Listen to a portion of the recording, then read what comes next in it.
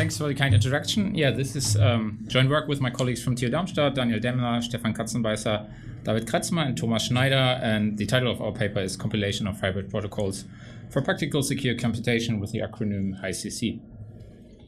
So secure multi-party computation allows two or more parties to jointly compute the functionality of a private input over their inputs with privacy and correctness. Privacy is usually understood as that the parties do not learn anything else about the input of the other parties beside what they can derive from the output of the computation. We've seen many applications already today, so I'm not going to talk about them, but there are many, many use cases. So in this talk, we will restrict ourselves to the simple case of just two parties securing the semi-honest model. The reason is simply we focus on compilation, and all or most of our ideas should generalize to all other kinds of protocols and security models. Now, usually when we talk about MPC and the performance of MPC, we often talk about the gate throughput, the number of rounds, but what we actually care about in practice is how fast does my application get on top of that MPC protocol, and how do I actually get my application being run in, or how do I translate my application to an MPC protocol? And that's what this talk is about. How do I create, or how do I efficiently create an MPC application? Now, to answer that question, we usually have the following problem. We have a function or idea of a function, and then we need to choose an MPC protocol. Here's just an example selection. We could use some linear secret sharing based protocol. We could use some garbled circuit style protocol or a GMW style protocol. And then we kind of need to decide what to choose from, but actually that decision is kind of complex. The reason is simply the protocols have different representations, arithmetic circuit, Boolean circuits, and then the protocols might have different optimization goals even within the same circuit representation. Might be size minimal, might be depth minimal, might be both. And as a consequence, some operations can be expressed quite efficiently. For example, arithmetic in arithmetic circuit-based protocols and bit operations in Boolean circuit-based protocols. Things get more complex because our choice also depends on the deployment scenario. So before making that choice, we should be sure what's our deployment scenario. It gets even more complex. It has been shown that hybrid protocols that combine multiple MPC protocols in one protocol run, can be more efficient. Here's an example, biometric matching application. We have a sample, a database of samples, and we want to find the closest match within that database. And what we do is we complete the Euclidean distance between the sample and each entry in the database. And then we identify the minimum.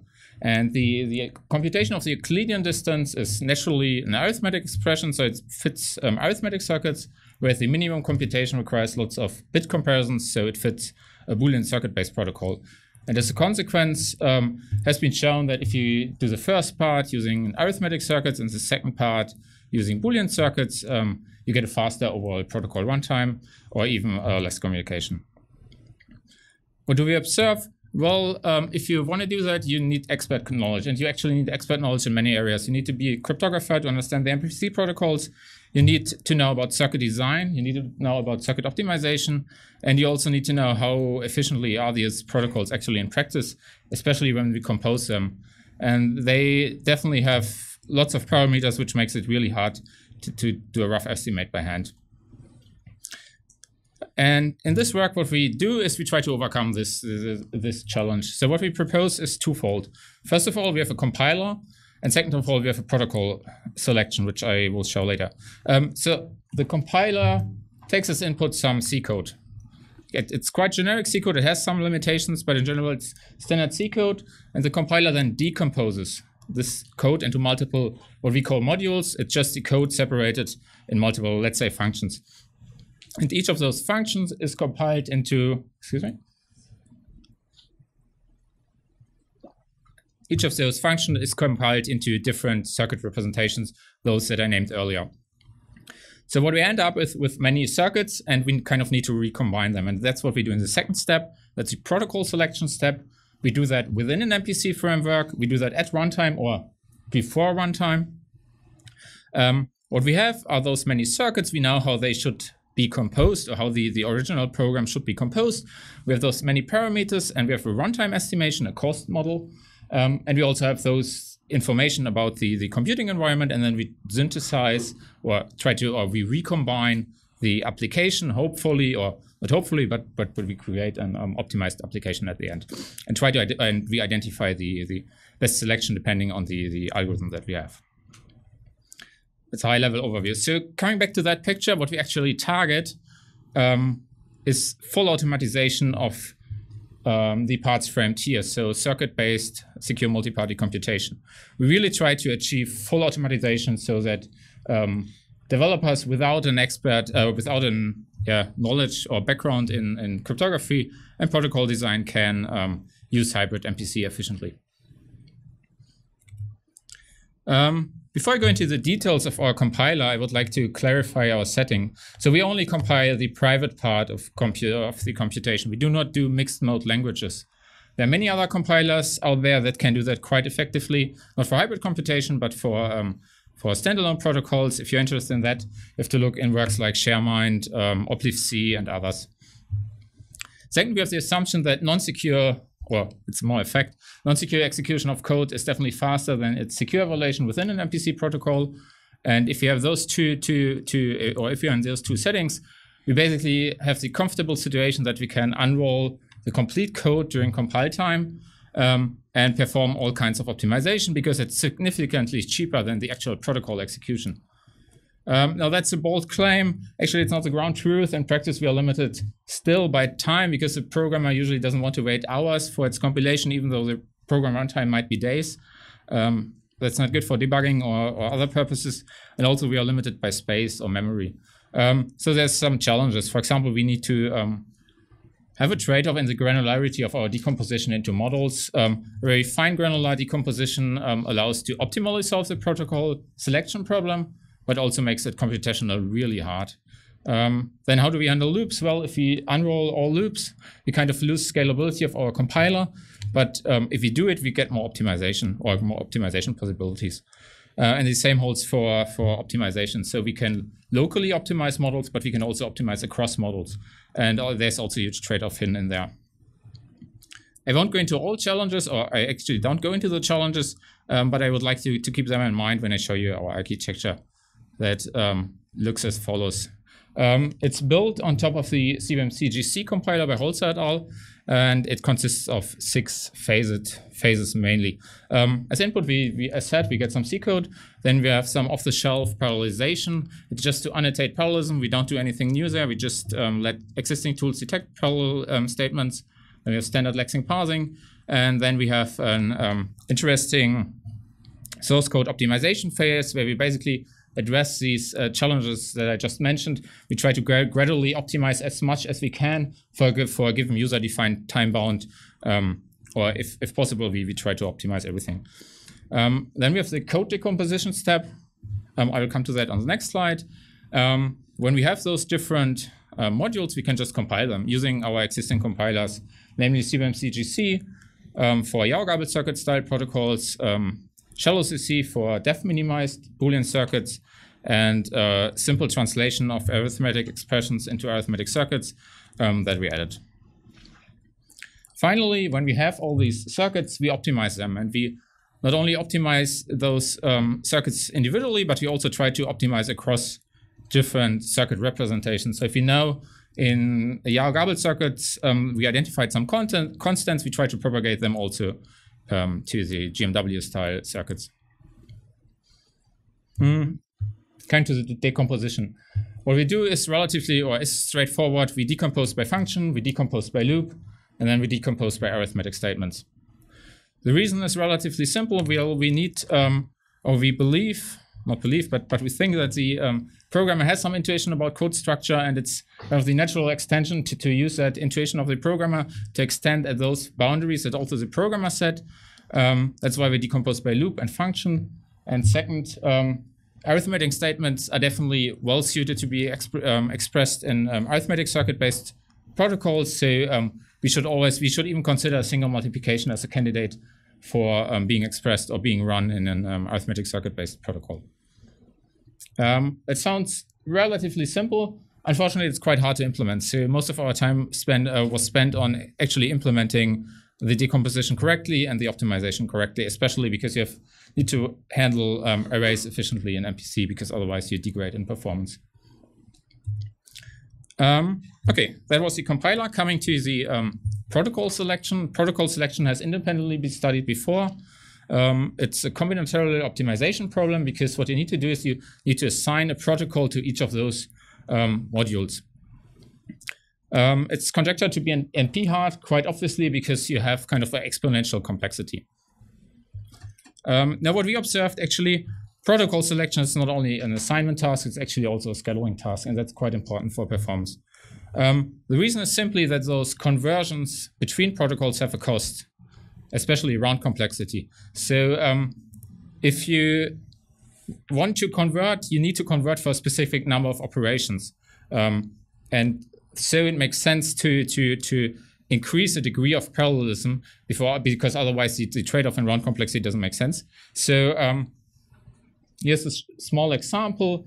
In this graph on the right, that's the graph of modules, and we have some preferences. So the bullets in the points have a protocol preference, and the squares have a protocol preference. And we can kind of schedule the left module between those two or actually on 4 different positions. And if you schedule it early, you just have 2 protocols in the same, two modules in the same representation. If you schedule it later, we get 3 modules in the same representation. So it actually might make sense to convert. That's the rough idea. So how do we realize scheduling and protocol selection? Well, for scheduling, we make sure that we schedule everything that's parallel on the code level, also parallel on the protocol level. That's naturally not the case. So if you perform a straightforward, as soon as possible scheduling from code, this is not the case. But so we ensure that, and afterwards we perform the straightforward, as soon as possible scheduling. For protocol selection, we actually do not use, or mostly do not use, the existing heuristics that have been proposed, because what we observed is that the protocol selection, in the sense of the assignment, given our coarse-grained decomposition, can actually be solved using exhaustive methods. And the reason is as follows. You iterate over the width of your graph, or your program of your graph of modules, and the complexity, as said, depends on the width. And that's surprisingly practical for all MPC applications that we know of. It's trivial to construct a counterexample that can't be solved, but it seems that most programs that we are interested in for now at least have very, very low width. So you can actually solve the problem precisely, and that's what we do. This already brings me to our evaluation. So we compiled circuits from generic or textbook C code and let them run in the ABY framework by Demler et al. And we run that in 2 different settings, a local area network setting and a wide area network setting. And those are the results, what we observe. So if you would use our compiler just for your garbled circuits, you would get a runtime of roughly 1 second in the LAN. And if you use the hybrid functionality, it will actually detect that you can do this Euclidean distance computation using arithmetic circuits, and it will achieve a runtime that is just 1/10 of the runtime of the standalone protocol. If you go to a wide area network, there's still a benefit factor of 3, but it's not as much as before because we had additional runs to the protocol. We also looked into a textbook Gauss solver, just as another example, a little bit more complex. And here I would like to illustrate that it's not always beneficial to have a hybrid protocol, but that's intended basically by our compiler, because we want to see we want to try to identify the most efficient protocol, and it doesn't necessarily need to be a hybrid protocol. In this case, in the local area network setting, the hybrid protocol is the fastest choice, but in the wide area network setting, it's not the case. It's more beneficial to just use a standalone garbled circuits protocol. However, if you apply a different cost metric, for example, total communication, the hybrid protocol again is the most efficient. So depending on what you want to have, the compiler and the protocol selection basically give you your optimal protocol. Finally, an interesting use case, we also implemented the convolutional neural network we presented last year at CCS, the mini-ON and CNN, and we achieved a runtime, an online runtime that is just 1/3 of the online runtime presented in this dedicated protocol. But this result has to be taken with some grain of salt. The reason is simply that we only optimized for online runtime. Their total runtime is a little bit better than ours. But nevertheless, it's nice to see that we can compile from high-level ANSI C to we are competitive to a really optimized, dedicated MPC protocol. With that, I would like to conclude. So we've already seen it this morning in the keynote. I think tool support for advanced crypto and especially MPC is necessary. We started to work in that direction. We have this complete tool chain from code to hybrid MPC. And we looked into decomposition. We looked into composition or protocol selection and also scheduling. Unfortunately, there's still a lot of stuff to do, so we need to publish we will publish our compilers as open source. I just don't want to end up on the slide having super bad code, so we try to fix some more bugs. We also look into addressing more models or more cost models or more protocols. There's some interesting candidates like the ABY3 protocol presented yesterday by Peter. It's also very interesting to address ORM-assisted MPC. So there's lots of stuff that could be integrated. And finally, I think there's some call for action, or we already heard it earlier today, and especially today. We, at least as compiler developers, need some benchmark applications where we can actually evaluate our compilers on, because what we do is we re-implement existing applications, and the results of our compiler highly depend on the input source code. And it makes sense to actually not only fix a set of application, but it also makes sense to fix a set of to fix the source code actually, or at least the structure that we use, because we spend quite a lot of time in having an optimizing compiler that is much more than just direct translation of code into circuits. So it's more like a call of action. I think there's some nice start at Bailan, at least having a benchmark framework. Maybe there's hope for some benchmark applications as well. That I would like to thank you, and I'm happy to answer some questions.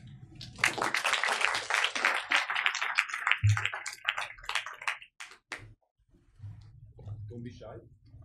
So I just wanted to ask. So I understand that the compiler optimizes to choose which protocol components to put in and how to decompose it. But you saw with the LAN and the WAN, wouldn't it make sense to also have something where I would say what type of network I'm interested in running on, maybe if the parties are powerful or weak, and include that cost model also inside the compiler? Would that be possible? So in theory, yes. I'm not 100% sure if we already, or I think parts of what you said we just already support. So what we say in the, our compiler is kind of dumb. It just creates all representations.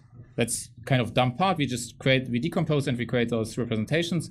Our protocol selection step actually takes your computing environment into account. Okay, so why then, when you got the wide area network, why was it more expensive than not compiling? Like here, yeah. So for example, okay, I get it. Okay, I got that. Okay, so what our protocol selection tells you is to use Yargable circuits. Definitely. I mean, it will just give us the optimum. But just to show, also on the left side, it will tell us to use arithmetic circuit and Yargable circuits. Definitely, that's for sure. So it tells you in the wider integrated. That's just to show you what happens during protocol selection to some degree. And yeah. Okay, thank you. Anything else? Sure. So if you had to pick a particular type of computational problem for which your system performs absolutely the best, what kind of problem is it going to give you really good results on? So you've chosen some here, but they give you some speedups, but are like these the best speedups that you can get? Or can you pick some particularly nasty problem where your system performs really well and where either other forms of circuit-based computation that are not hybrid would fail badly? Yeah, for sure. You can easily, if you just look at the theoretics, or what you can do is you look at the communication throughput of all kinds of protocols, and then you can, based on that, just design a protocol that has lots of multiplications, for example, and then a huge part that needs to be expressed in a Boolean circuit, and you can just fine-tune it to any degree. So we definitely avoided that. So we just took existing application, or really took textbook applications that we thought might be of interest. But it's easily doable to just get tremendous speedups easily. Any more questions?